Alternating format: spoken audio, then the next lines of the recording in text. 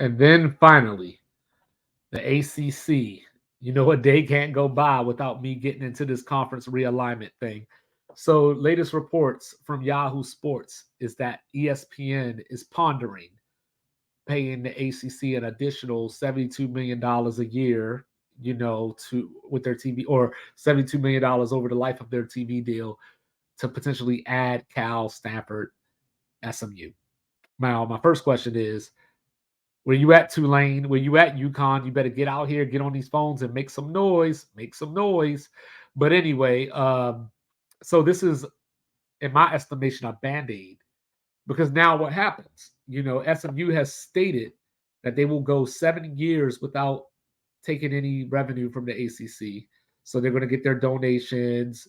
They're going to get their boosters. You know, Dallas stand up, you know, fifth biggest media market in the country. SMU will find a way to make money. Stanford will find a way to make money. They're not playing for free per se, but they would take a reduced deal, sort of how Oregon and Washington did for entry into the Big Ten. Cal, on the other hand, is allegedly above $300 million of debt without the money coming in that Stanford can raise.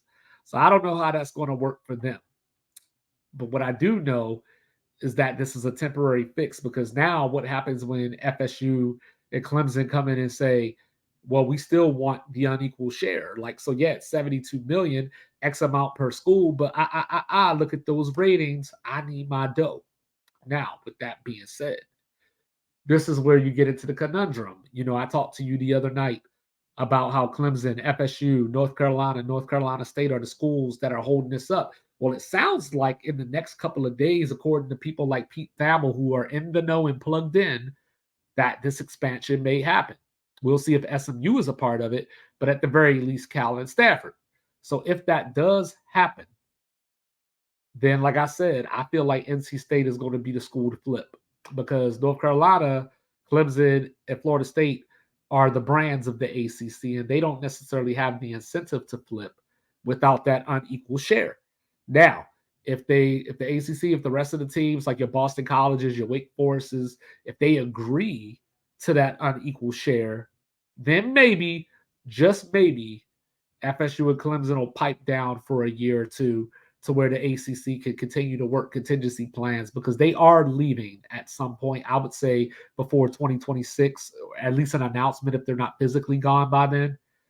You know, but I'm still lost, because I still don't know what happens with Duke. You know, basketball, football obviously leaves a lot, you know, but to be desired. But their basketball team is one of the brands, blue bloods of college basketball.